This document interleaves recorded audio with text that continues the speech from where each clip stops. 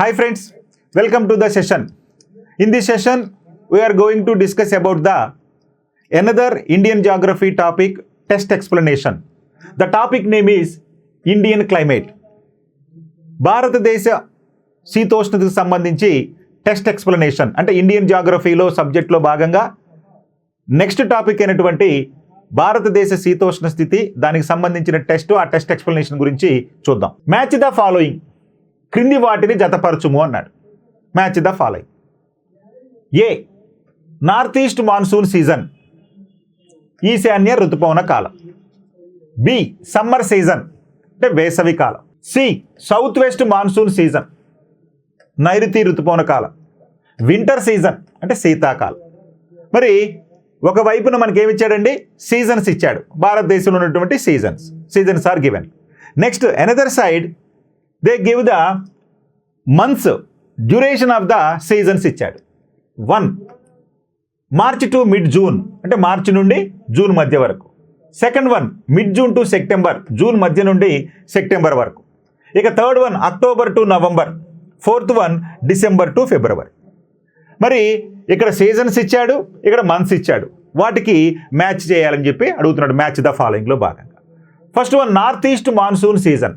North east monsoon season mean which months generally in India have the north east monsoon season. North east monsoons in India is during the October to November. So that's why A3. Generally in India from October to November which season is existing, north east monsoon season. దాన్ని మనం ఈశాన్య ఋతుపవన కాలం అంటాం. ఈశాన్య ఋతుపవన కాలం ఎప్పుడండి, October నుంచి November వరకు. సాధారణంగా ఈ కాలంలోనే మనకి బంగాళాఖాతంలో తుఫానులతో కూడినటువంటి వర్షం ఎక్కువగా సంభవిస్తుంది తూర్పు తీరంలో ఉన్నటువంటి మనకి. అందుట్లోనూ ప్రధానంగా తమిళనాడు తీరానికి ఎక్కువగా ఈ ఈశాన్య ఋతుపవనాల వల్ల వర్షం సంభవిస్తుంది.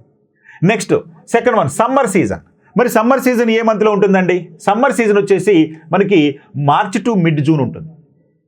So March to mid June అంటే మార్చ్, ఏప్రిల్, మే నెలలు సాధారణంగా మనకి ఎక్కువ ఎండలు ఉంటాయి కాబట్టి దాన్ని మనం సమ్మర్ సీజన్ అంటాం. ఇక next third one south west monsoon season. దీన్ని నైరుతి ఋతుపవన కాలం అంటాం. ఎక్కడుంది నైరుతి ఋతుపవన కాలం? నైరుతి ఋతుపవన కాలం మనకి మిడ్ జూన్ నుంచి సెప్టెంబర్ వరకు ఉంటుంది. వాస్తవానికి జూన్లోనే ప్రారంభమవుతుంది. అంటే జూన్ మొదటి వారంలో కేరళ తీరానికి మన నైరుతి ఋతుపవనాలు వస్తాయి. దీనికంటే ముందుగా మే చివరి వారంలో అండమాన్ తీరానికి, జూన్ మొదటి వారంలో కేరళ తీరానికి, జూన్ 10 నాటికి ముంబై తీరానికి, ఇక జూలై 15 నాటికి భారతదేశం మొత్తం విస్తరిస్తాయి ఈ సౌత్ వెస్ట్ మాన్సూన్ సీజన్, ఈ సౌత్ వెస్ట్ మాన్సూన్ వర్షాలు. అయితే భారతదేశంలో సంభవించేటటువంటి సరాసరి వర్షపాతం అంటే 115 నుంచి 117 ఉంటే ఈ సరాసరి వర్షపాతంలో సుమారు 75% వరకు more than 70% or 75% of the rainfall comes during the south west monsoons in India.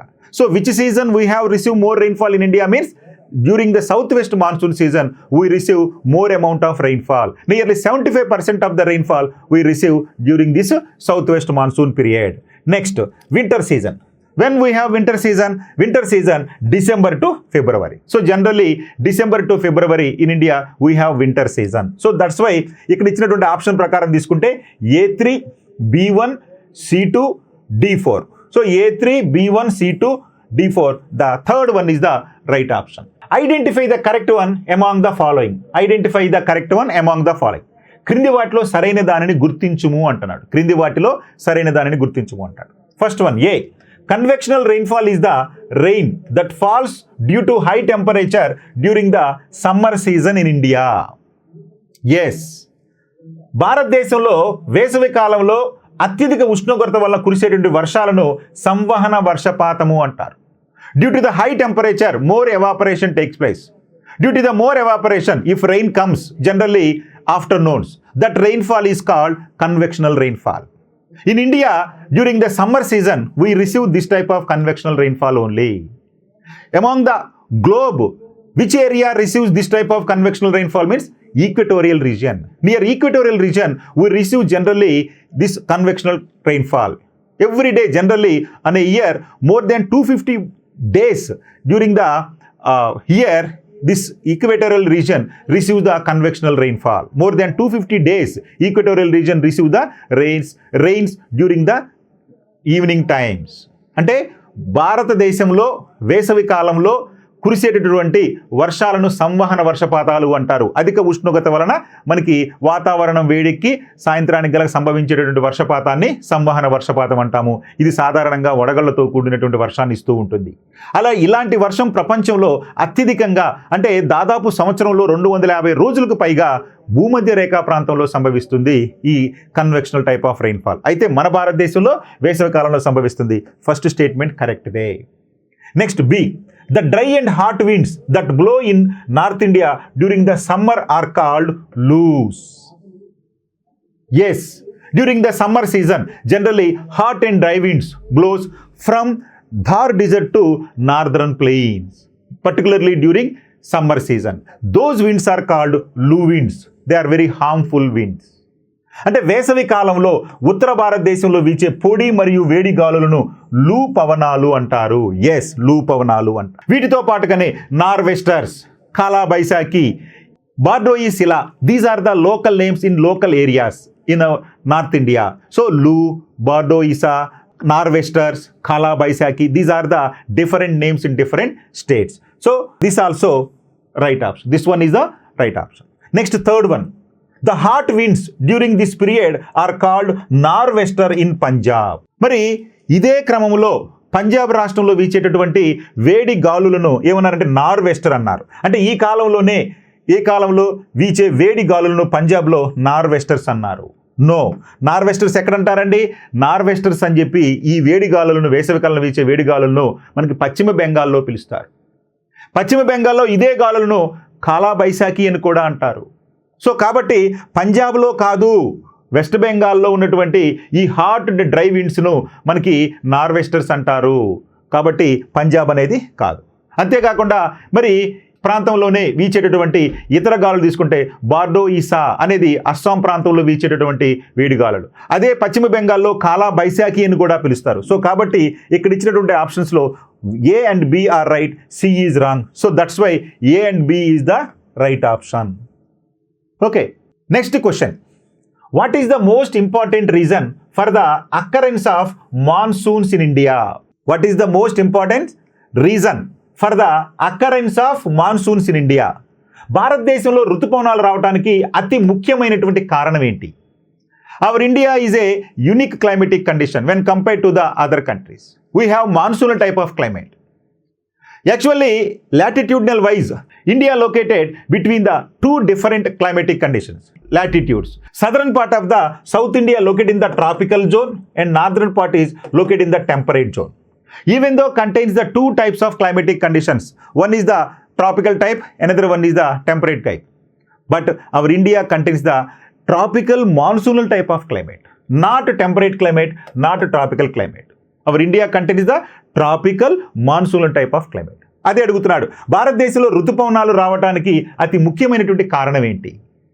అతి ముఖ్యమైన కారణం first one, the temperature difference between North India and South India. ఉత్తర భారతదేశం, దక్షిణ భారతదేశం మధ్య ఉష్ణోగ్రత వ్యత్యాసం. అంటే ఉష్ణోగ్రత వ్యత్యాసాల వల్ల మనకి ఋతుపవనాలు రావడానికి కారణం అంటున్నాడు first point. Next second one, due to it's proximity to the equator. మరి భూమధ్య రేఖకు దగ్గరగా ఉండటం వలన ఋతుపవనాలు వచ్చే అవకాశం ఉంది అంటున్నాడు. ఇక third one, temperature variation between the Indian mainland and the Indian ocean. భారత భూభాగం మరియు హిందూ మహాసముద్రం మధ్య ఉష్ణోగ్రత వ్యత్యాసం వలన ఋతుపవనాలు వస్తాయి అంటున్నాడు. Next fourth one, difference between summer and winter temperature. అంటే వేసవి కాలం, శీతాకాలాల్లో ఉష్ణోగ్రత వ్యత్యాసాల వలన వస్తుంది అంటాడు. వాస్తవానికి భారతదేశంలో ఋతుపవనాలు రావడానికి ప్రధానమైనటువంటి కారణం కనుక తీసుకుంటే చాలా కారణాలు ఉంటాయి. అందులో ఇక్కడ ఇచ్చినటువంటి ఆప్షన్ ప్రకారంగా మనం తీసుకుంటే కనుక మనకి థర్డ్ వన్ ఏంటంటే temperature variation between the Indian mainland and Indian ocean.